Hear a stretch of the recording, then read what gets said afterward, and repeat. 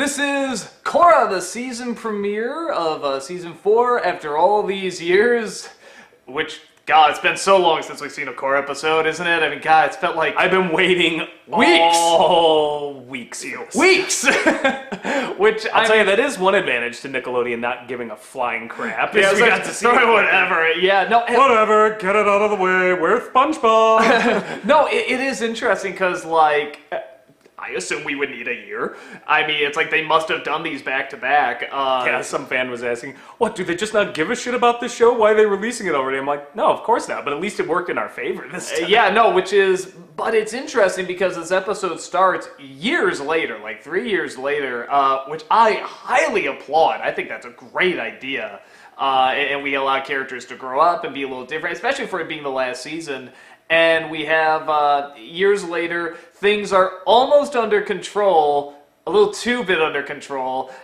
We have this, Well, no, things aren't under control at all. You've got one side of the Earth Kingdom bringing unity while King George W. Bush is about to get crowned. Well, no, but I'm talking about the control that is being done, you know. Oh, you mean the Nazis? Yeah! I love it, we got Nazis now. Yeah, so we pretty much have, I just call her Zelda because I forget her real name. What is it again?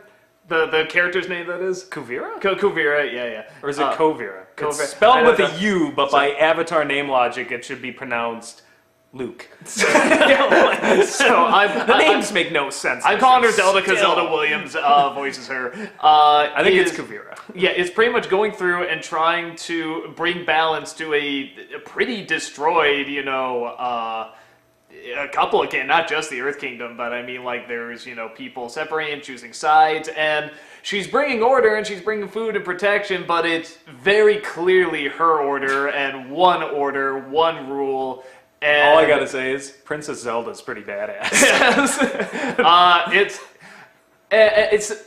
I mean, we'll get to that in a second. So you have that. You have the air nomads. You got the kids growing up, and they're trying to protect the place. You have Poorly.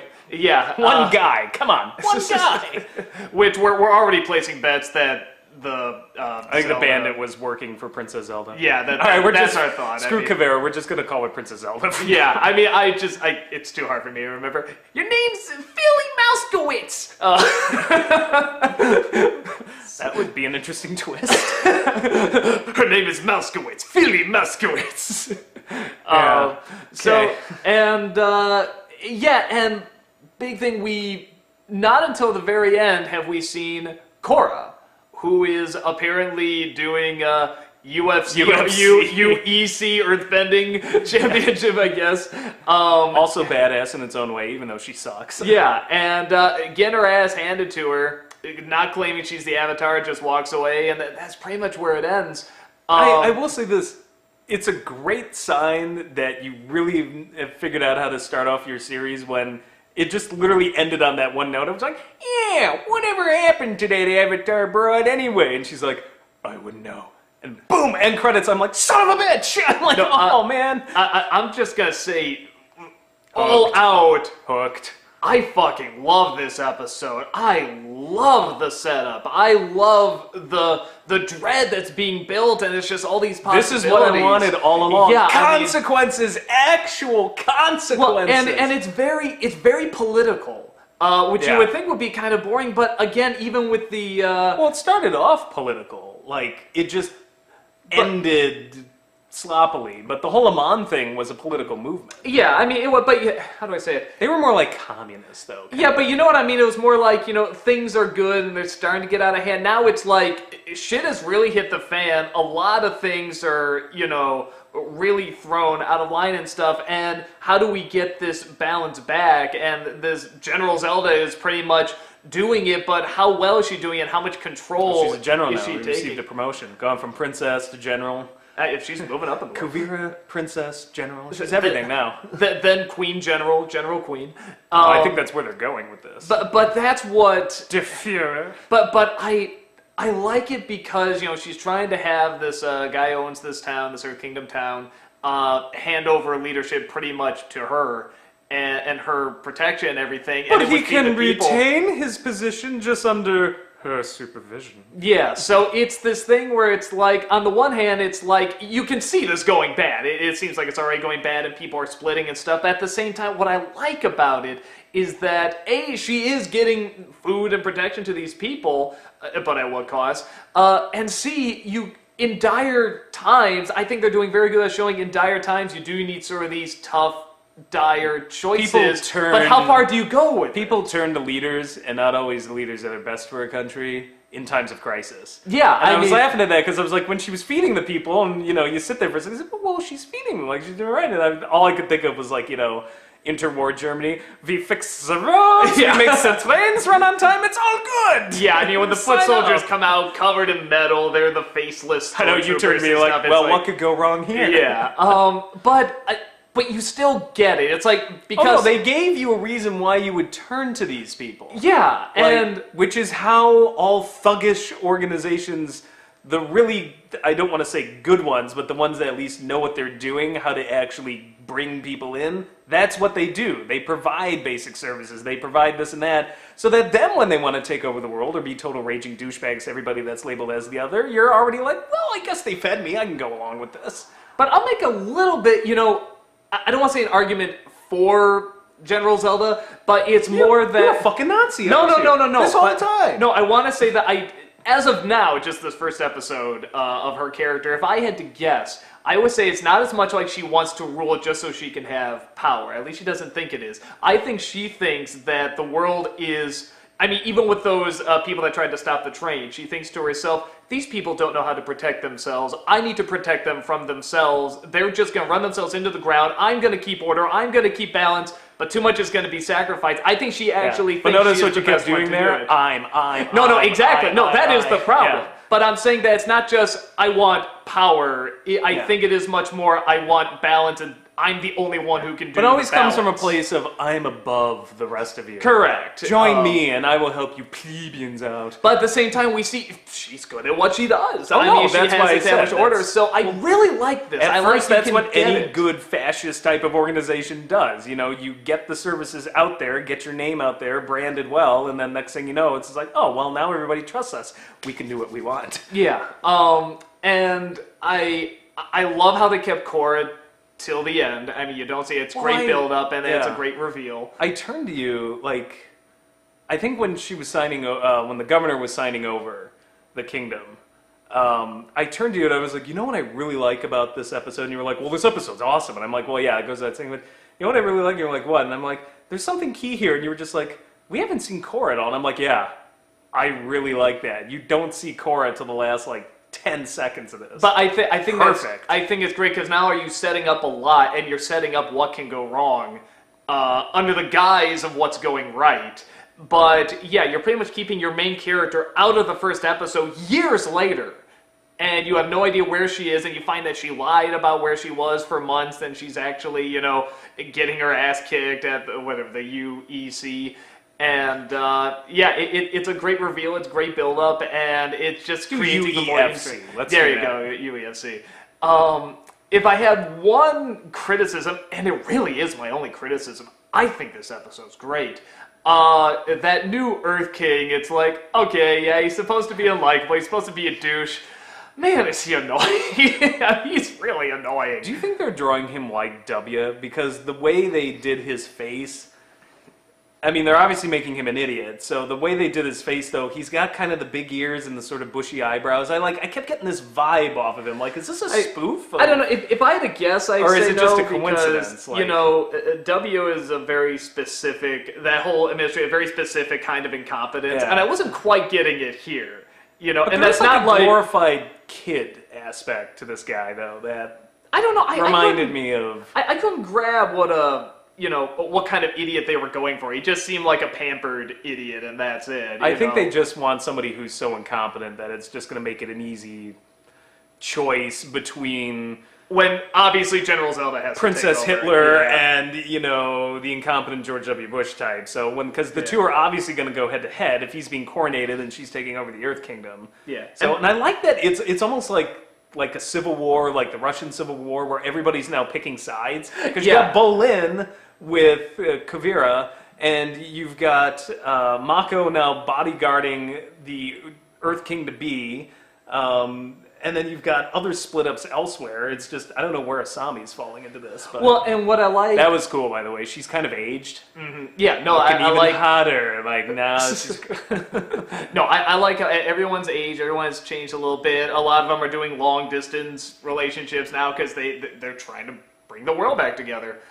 They even address the spirits thing with Republic City, and I like how they go back and they're like, "Oh, thanks to Korra, didn't she do great?" Of course, like they completely forget that they hated her. Yeah, which is how it works a lot of times. Presidents you hate exactly. in the present, later it's just like, "Oh my God, he was so great." Yeah, no, which again, I really like the political aspect of this. Which you're right, the first one did have a lot of political leaning, but in this one, it's like again, you sort of feel like, man, this is really tough to kind of say. Where in the first one, it's like you kind of know where it's going. Well, yeah, you couldn't go. But here's the thing: the first season being the first season, you had to just start off from a blank slate. Oh, sure, yeah, no. So this one, they have all the advantage of the stuff that came before, and they can be like, okay, well, the Earth Kingdom fell. We had all the cool stuff that happened in season 3. Like, really, Season 3 was a good chunk of the setup here, with Season 2 doing some of the work. Well, and it is, again, because I was always saying, like, I want 3 to kind of be bigger. This is kind of what I was hoping it would build up to. I think... But this is it, though. Like, it's yeah, all I'm down for it. I'm totally fine with it. And I think it's better that it sort of comes, like I said, in the third season, it sort of comes from a place of just... Again, as I said before, just some assholes, where now it's like we're in this big political choose a side, who are you gonna be with, who's the real leader, who's running things. Which makes sense. It does. Yeah, I was thinking, because when we were talking about it in the last season, you were just like, well, it's just a bunch of assholes, but I'm like, how many of history's greatest disasters were started by just some assholes? Well, no, One that's guy why it shoots an worked, archduke, we get World War I, that spawns World War II. Bunch of guys get on some airplanes and 9/11, and now we've got like 2 wars our country's involved in, and all of this chaos, and a few people can really do a lot of damage, and that seems to be exactly what happened here. No, so it was a good it was a good setup, and it seems like this season they're really gonna lean towards the consequences of those couple of assholes. So I really like that because, like I said, I really didn't know in season 3. I like season 3 a lot, but I'm like, I hope this is going somewhere good, and it looks like it really is now. Because I just feel that dread and I feel that uneasiness because you do sort of say, well, if I was in that situation, like what would I do? What direction would I take? Well, I actually get Bolin. Like when Bolin was handing the food over to somebody, feeding them, and then what's her face is just like looking at him, just like so turning away. It's and I'm like, I would be like, if I were Bolin, I'd be like, I'm helping people. What's your problem? But you get her side as well. Yeah, no, you get her side as well. It's very identifiable, and I think that is sort of, strangely enough, the key to good. I don't want to say political drama, because I don't want to say necessarily core is a political drama, but it is kind of turning into that, is that you understand both sides. Whichever one you agree with, you get sort of where each one is coming from. And this feels like the writer-creators finally had the time to flesh something out. Mm-hmm. Like, that's been the problem all along. Like, I'm saying now even more that I've seen this episode, I love Season 1. I actually really enjoyed Season 1. Season 1's completely pointless. Nothing to do with any of the rest of this. Not a single damn thing. I've seen so many explanations trying to, well, but he gave her the spiritual ability to get to the... I'm like, no. Season 2 completely retconned that and started over. It's like, had Nickelodeon just said, give us 3 seasons from the very start. We're not going to dick you around. Just give us 3 seasons, whatever you want to do. How much better do you think this would have actually been, like, as a consistent story? I can't see these people saying, we'll give you 3 seasons, and they turn out anything good. I mean, I just can't see right? that. If history's taught us anything. Right? But, like, it seems like they got so under the gun of, well, we've only got 1 season, we'll have that one wrap up with a happy ending, because we don't know if we're going to get any more. Then at the last second, oh, we're going to give you 3 seasons after all. It's like, well, shit. Well, now we just, like, blew half our wad on We gotta make it season bigger, 1. We need more characters and stuff. And second season, like I said... We wrote her already into this point where she's advanced, but now we're starting over, so we have to redo it again. And it's very, I mean, with the timing, it's very clear season 3 and 4 were done back to back. And with more of a concept of where they were going with it. Yeah, so that's why I think, like I said... Thanks a lot, Nick. Well, but we do get these 2 seasons. Yeah, no, we do, and these 2 seasons are quite fascinating. And season 2 had moments that were really strong. Season 2, I will argue, had a lot of very strong moments. Yeah, and I will always love the mythos at the end going into the backstory of their world, like fleshing out that mythology. So that's something that season 2 gave us that you could never take away, despite the fact that meanders in the middle. It started strong and ended strong. I'll argue season 2 had even more than that, because I do love the twins. I love the way it started. I love the way it ended. I mean, that's a strong, big finish to that season. I agree. It just still feels kind of disconnected from 3 and 4 so far. Like, now that I'm looking back on it, it's more connected than 1 is. Well, that is the other thing, too, is that, like, they did address the spirits thing, and again, just my bitching and stuff, it's like, I'd like to see more of the spirits and stuff, but they at least, addressed it, that they're getting along, and you sort of see how they get along, too. It's like, well, they're kind of otherworldly. In retrospect, I'm actually starting to side with you on that, because I'm like, I feel like we've gone through a whole season 3, and now at the beginning of season 4, it's like, and now they're magically living together, and I'm like, that was really the huge basis of season 2, and you just sort of kind of forgot about it and just kind of like, well, okay, I thought maybe he was going to come back in season 4 here, but I didn't see any hints dropped at all. If anything, it's just like, well, they learned to deal with it, and Republic City looks like the Mushroom Kingdom. Mm-hmm. That's pretty much it. It's like Super Mario Brothers going on. It's like, well, we adapted, I guess. I'm like, okay. Mm-hmm. As, all, races and people or whatever kept apart and just come together in 3 years. Again, if there's anything history has shown us. It's not the end of the world, because I think this story's way more interesting. So I just would have liked them to kind of come to a conclusion with that somewhere and not just be like, and it was all magically off screen in these 3 years that we didn't show you. I mean, I would like if they came, because it looks like they're just sort of, and that's done. Next. But between season 3 and this opening episode, like, I'm hoping this continues, because I think they found their groove again. I'm really... all the dicking around, they found their groove. I don't know. I feel like this great...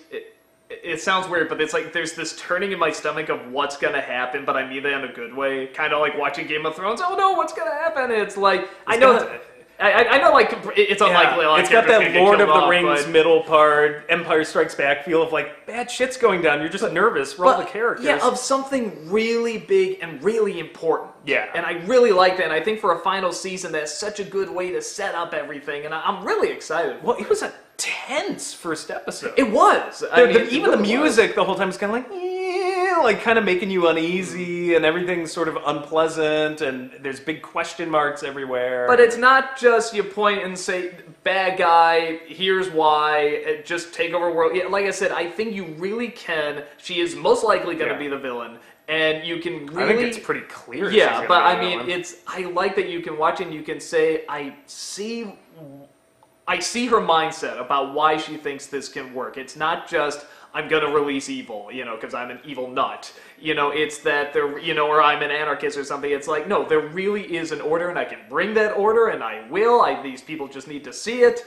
And it's not going to work, but at the same time, you get it. You get why It is funny because I think now we were talking about this last season because we didn't know where this season was going to go yet. But now I think we've got all the 4 major kind of political groups. We started off with communists. Everything must be equal. Then we started off with the religious nutbags. And then we had the anarchists. And now we've got fascists. Yeah. Like, we've done all the big isms. Which is kind of cool, actually. Yeah, but this one, like I said, I think, and maybe more for adults, I don't know, maybe not for kids, but I think we can relate to it more because, we have seen, growing up, we have seen places that have gone to rubble and tried to bring it back, other countries and even sometimes here, and sometimes we've caused that. Yeah, but through the actual attempt of trying to bring it back and trying to rebuild it and giving control to people that we trust, sometimes we trust them too much or sometimes they ask too much, and it's a tough line to draw. It actually is sometimes, very tricky to go, well, where and when, because sometimes these people are going to say to you, it's just, they're calling the shots and you have no choice. So I'm really intrigued by it. This is gonna be good. Yeah, as much as I like season 3, I can't remember the last time I was like, oh, I'm really excited for the next one. This one, it's like, I'm really excited, really hyped to see where this is going to go. Even breaking out all of the villains in season 3 out of their various prisons, which was really badass. And I still think this episode blows everything in season 3 away. Yeah, Just I this agree. one episode, I'm totally wrapped up in it. Yeah, I can't even think of it, with the exception maybe a little bit of the Earth Prince or King, whatever. He was annoying. You know, it's like, that's my part. I'm like, okay, can we fast forward this? But like, I just feel everything, bad for I'm just Mako. like, what is gonna happen? Oh my god, like, I was so invested, and I am just like super hyped for this season. As I said, that ending, when it just cut to the end credits, and she's like, I don't know. I was like, oh god damn it, why couldn't this be an hour long? So, no, we're very excited. So, well done, Avatar. Well yeah, done. keep it going.